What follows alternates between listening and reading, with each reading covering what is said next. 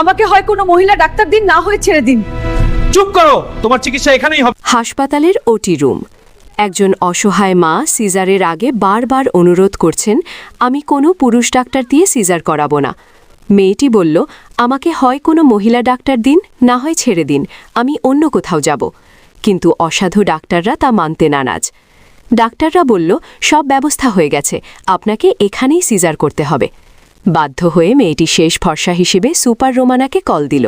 খবর পাওয়া মাত্রই সুপার রোমানা তার ফোর্স নিয়ে ঝড়ের গতিতে অপারেশন রুমে ঢুকে পড়লেন।